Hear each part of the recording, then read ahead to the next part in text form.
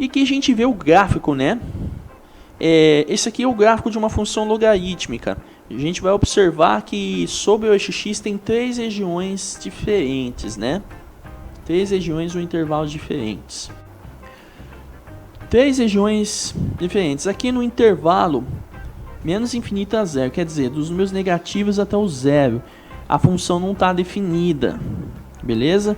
Não existem logaritmos de números reais negativos, beleza? Pessoal, logaritmando não pode ser negativo. Agora, nesse intervalo aberto de 0 a 1, o valor da função é negativa. Então, se a gente...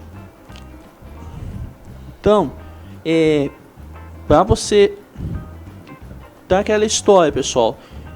O expoente que a gente tem que levar um número maior do que 1, né? Para dar um número menor do que 1 é negativo. É o que está dizendo aqui nesse gráfico, né? O intervalo aberto de 0 a 1, entre 0 e 1 aqui, veja que os valores de y são negativos. E, basicamente, de 1 até diante, né? 1 até mais infinito, né?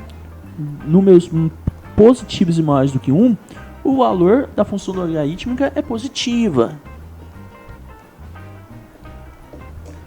Agora, por conta desse gráfico, a gente pode generalizar para toda função logarítmica uma dedução aqui das características. O gráfico da função sempre passa pelo ponto 1 e 0, né? Olha aqui. Porque qualquer número elevado a 0 é 1. Então, o logaritmo de 1 em qualquer base é 0. Qualquer base que satisfaça as condições, lógico, né? O gráfico nunca toca o eixo y e não ocupa os pontos os quadrantes 2 e 3. Os quadrantes 2 e 3 são esses aqui, esse quadrante aqui e esse quadrante aqui. Por quê? Porque não existe valor definido aqui para x negativo. Não existe logaritmo aqui de número negativo, nem de zero, né?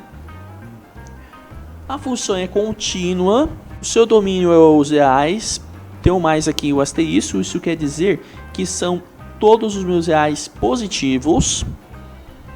Conjunto de imagens é o conjunto dos reais, qualquer número real aqui, beleza? Perceba aqui.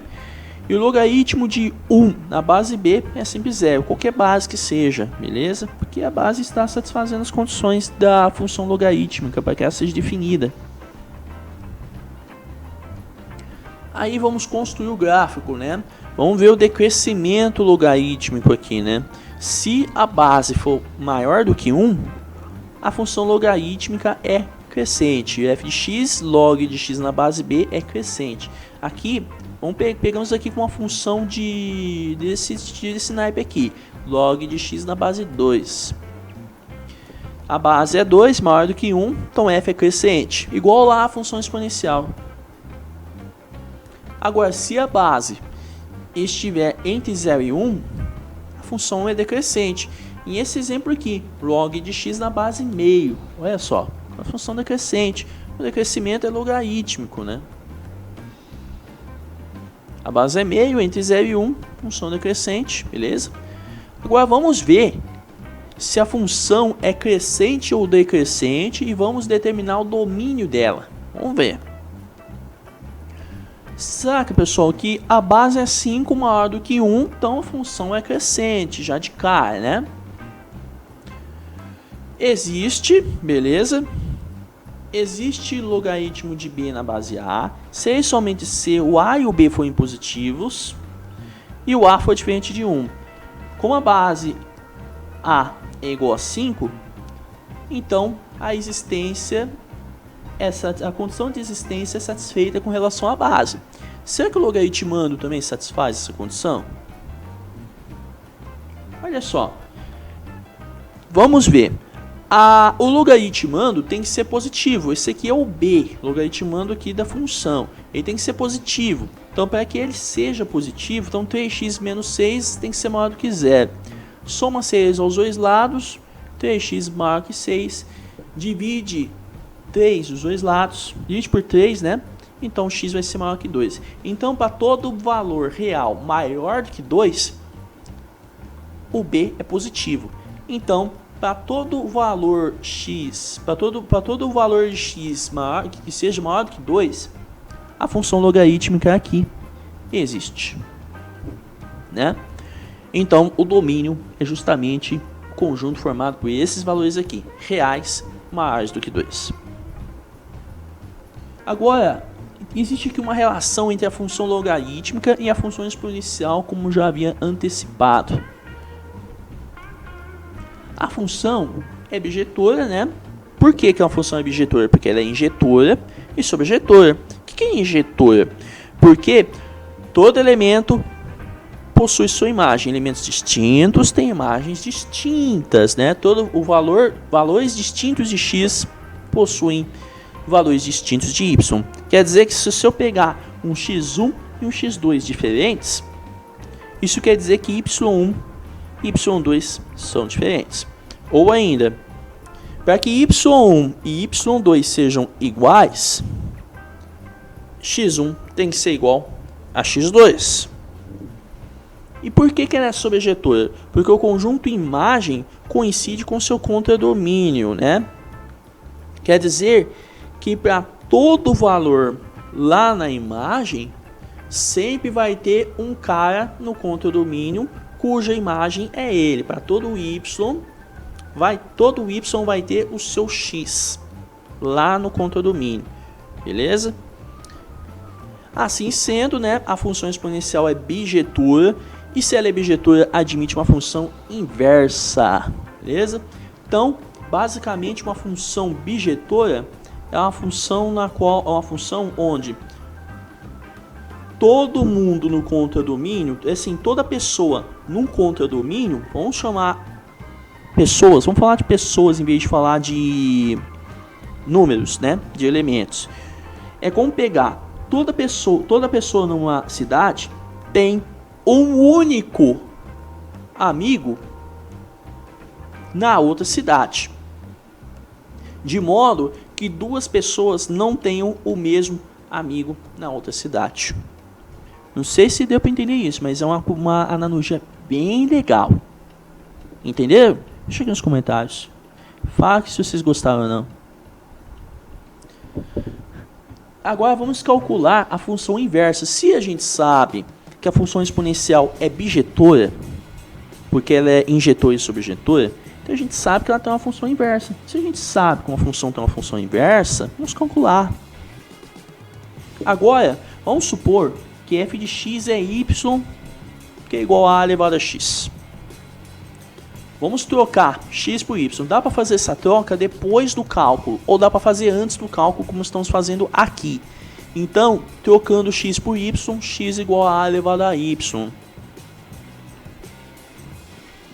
E aí, vamos fazer a aplicação aqui. Vamos aplicar o logaritmo na base A, o log na base A, aos dois membros da equação.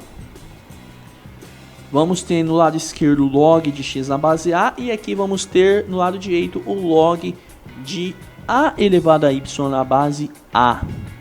Quando nós temos aqui uma potência no logaritmando e a base é igual à base do logaritmo, o que vai sobrar? O expoente. Então sobrou só aqui o y. Isso quer dizer que temos x igual a log de x na base A. E é justamente a função, esse é o y, essa função. Então a inversa é log. A inversa da função exponencial é o logaritmo. E a inversa da função logarítmica é a exponencial. Olha aí que legal. Então, f menos 1 de x é a elevado a x se a função f de x é a função logarítmica. Log de x na base A. E vice-versa. Olha só como fica o gráfico. Esse não é o gráfico da função logarítmica e esse não é o gráfico da função exponencial. Olha só a simetria, galera. Se esse gráfico ele passa por 0 e 1, aqui ele passa por 1 e 0. Olha como tem uma simetria aqui legal, cara. Essa reta aqui é a reta y igual a x. Então esse é o eixo de simetria entre esses dois gráficos. Olha que beleza. E a bissetriz aqui também conhecido como bissetriz dos quadrantes ímpares. Esse é o primeiro quadrante, esse aqui é o terceiro. Bissetriz é aquele que é a reta que corta ao meio os quadrantes ímpares aqui. Eles cortam os quadrantes ao meio. É a reta, como eu havia falado, y igual a x. Agora vamos calcular a função inversa, né, dessa logarítmica aqui. Vamos fazer o mesmo procedimento. F de x igual a y, né? Então y é a log de 4x menos 1 na base 3. Troca x por y, que vamos ter x igual a log de 4y menos 1 na base 3. E aplica e faz a definição de logaritmo. Então, ó. Ou então, utiliza a definição. Se vocês quiserem aplicar o log de 3, acho que está tudo bem. Mas eu quero achar a inversa de uma função logarítmica, que é uma função exponencial. Então, vou ter que utilizar a definição de logaritmo para transformar isso aqui em uma equação exponencial. Beleza?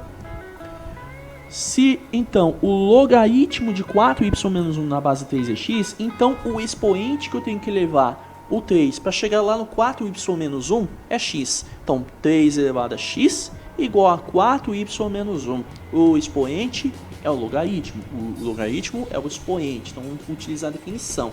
Vamos fazer o caminho contrário que a gente havia feito lá para descobrir que a inversa da exponencial é a logarítmica. Beleza? Com isso, 4y menos 1 é igual a 3 elevado a x. A gente não quer isolar o y, porque a gente está chamando o y de f de x. O y é a função, beleza? 4y, agora você soma 1 aos dois lados. 4y igual a 3 elevado a x mais 1. Divide 4 dos dois lados para isolar o y. Então nós temos aqui 3 elevado a x mais 1 sobre 4. Não deixa de ser uma função exponencial, porque o x é o expoente. A variável expoente. Então f menos 1 de x é 3 elevado a x mais 1 sobre 4. Agora vamos para mais uma atividade resolvida. A altura média do tronco de certa espécie de árvore evolui segundo o modelo matemático h de t igual a 1,5 mais log de t mais 1 na base 3, com h de t em metros e t em anos. Se uma dessas árvores for cortada quando seu tronco atingiu 3,5 metros de altura, o tempo em anos transcorrido da plantação do corte foi quanto? Agora, o que eu tenho que fazer aqui? Tenho que achar o t, o tempo, né? A altura já foi dada, a altura atingiu 3,5 metros. Então eu tenho que jogar aqui 3,5, substituir o h de t por 3,5 e achar o valor de t, em que tempo, né? Em que instante essa altura é 3,5.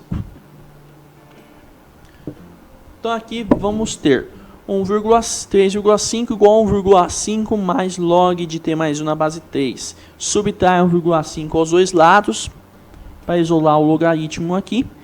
3,5 menos 1,5 dá 2. Então 2 igual a log de t mais 1 na base 3. Agora, o que a gente faz? Aplica a tal da definição de logaritmo de novo. Beleza? Porque 2 é expoente. Então 3 elevado ao quadrado é igual a t mais 1. Né? Que o expoente que eu tenho que dar ao 3 para chegar no t mais 1 é 2. Então 3 ao quadrado, que a gente já sabe que dá 9, é igual a t mais 1. Beleza? Então se t mais 1 é 9, subtrai aqui 1 aos dois lados. Beleza? Então, conclusão que esse tempo é 8 horas. E essa foi mais uma videoaula, pessoal. Se vocês gostaram, se vocês aprenderam, deixa aquele joinha esperto. Se inscreva no canal para não perder nada. Comente aqui, deixe seu comentário e compartilhe com seus colegas, com seus amigos, com seus professores, com seus pais. Compartilhe com todo mundo que vocês puderem, ok? Um forte abraço a todos vocês. Fui!